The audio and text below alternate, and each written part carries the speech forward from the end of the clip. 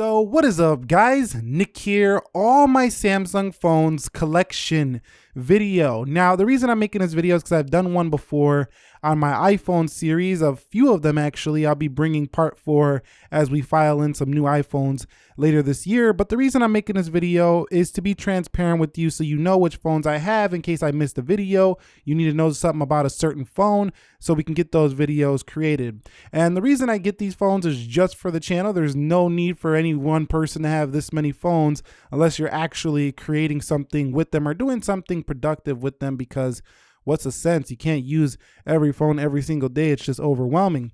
But I find a way to get use out of all of them. Now, I do have the Galaxy S4, but this phone no longer really works and it has a cracked screen on the front, but I do have this one. And the Galaxy S9, the Lilac edition that you've seen earlier this year, I actually gave that one away to the girlfriend, but we share it, so I will be bringing it back for some videos later on.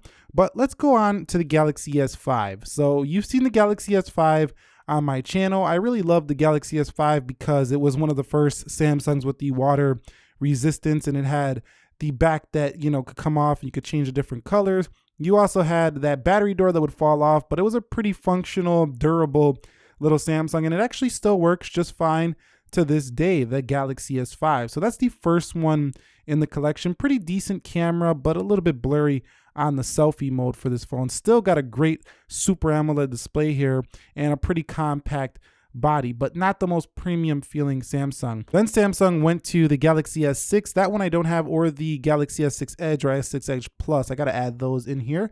The Note 5 is the phone I have from that year, and man, was the Note 5 a stunning phone to use. And I think it's still a great phone these days if you could find it really cheap. You still have S Pen compatibility that's really similar to the Galaxy Note 8. And while it doesn't get any more updates, it's still got a great screen that looks beautiful, a great camera. I use this camera to make many of my all-day battery vlogs that you've seen on the channel before. Just a fun phone to use. And if Samsung did an Apple move where they went ahead and kept the big 16:9 display, this is kind of what a 2018, iPhone 8 Plus for Samsung would have looked like here, and maybe would have flattened out that camera. But Galaxy Note 5 was ahead of its time, and it was really nice. The only problem with it was no micro SD card expansion, and the battery life was rather weak for the Galaxy Note 5. But other than that, it was a phenomenal, fun phone to use. And then I got the Galaxy S7. Now the Galaxy S7, I just got the Android 8.0 Oreo update. Let's go to About Phone and let's take a look at the software information. You can see Android 8.0 Oreo with Samsung Experience version 9.0. So it's got that same software like the Galaxy S9 in terms of being updated. So Galaxy S7, still a very fast, serviceable phone, and it has a great camera, dual pixel AF. It was the first one with the dual pixel AF technology, and I don't have quick launch on. Let me go ahead and open that camera, where you could just put like anything in the frame and it would super fast focus. Great camera, 4K. This thing is still a very nice phone, and I think that you can get it for like $200 now, which is a great deal. It's cheaper than like a 6S, and it has a lot more features than that phone. The Galaxy S7 Edge is next. Now, people loved this phone. This was the cousin to the Galaxy Note 7 that, you know what happened to that. We're not going to go there again. But the Galaxy S7 Edge survived, and I got this beautiful blue color here, the coral blue. It's just really a nice color, and this one to me I like more than the Galaxy S7 because the curved display is just beautiful on this phone. And this one also had a pretty great camera. It's basically the same one as the Galaxy S7, but just a bigger and better viewfinder. So this camera is still plenty beautiful in 2018. You can get some stunning photos for the Galaxy S7 Edge. But where the Galaxy S7 Edge really shined was its battery life, its performance, and just its good looks for the time. It was just a stunning phone. So I got the Galaxy S7 Edge here as well in the studio. The Galaxy S9 Plus just turned off.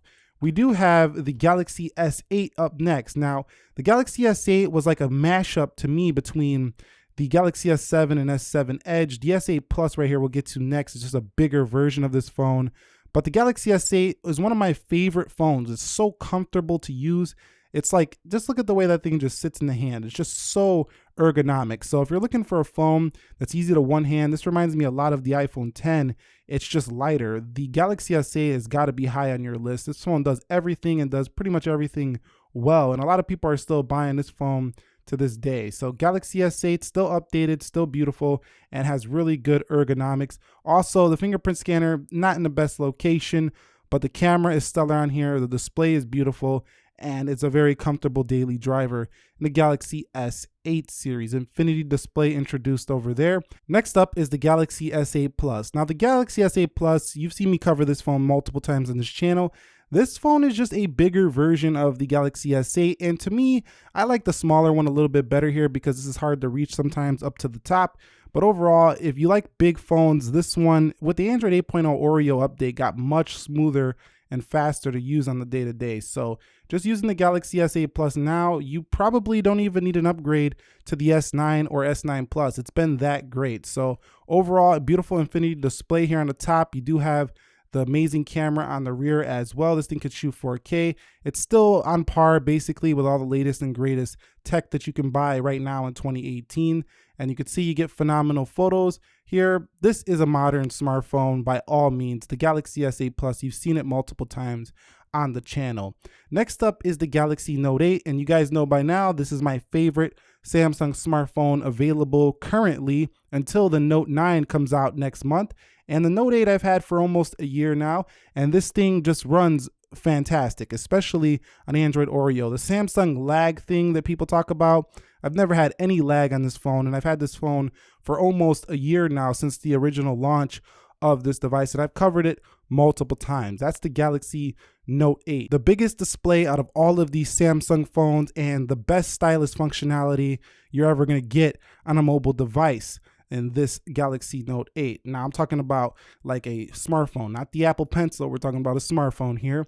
The only thing that's a downside of the Note 8 was that the size can be cumbersome. It's a square feel, so it's a lot to reach up to the top. And sometimes on Android Nougat, some apps didn't work properly for me, but overall there's been no lag, and Android 8.0 Oreo fixed a lot of my problems here with the Note 8. Also the first Samsung to bring a dual camera system on board, and I did a full detailed camera review on this phone as well, where we went around the city of Chicago and basically just took as many pictures as possible. Next up is the Galaxy S9 Plus. Now the Galaxy S9 Plus is just, to me, a very, very refined version of the S7 Edge and the S8 Plus.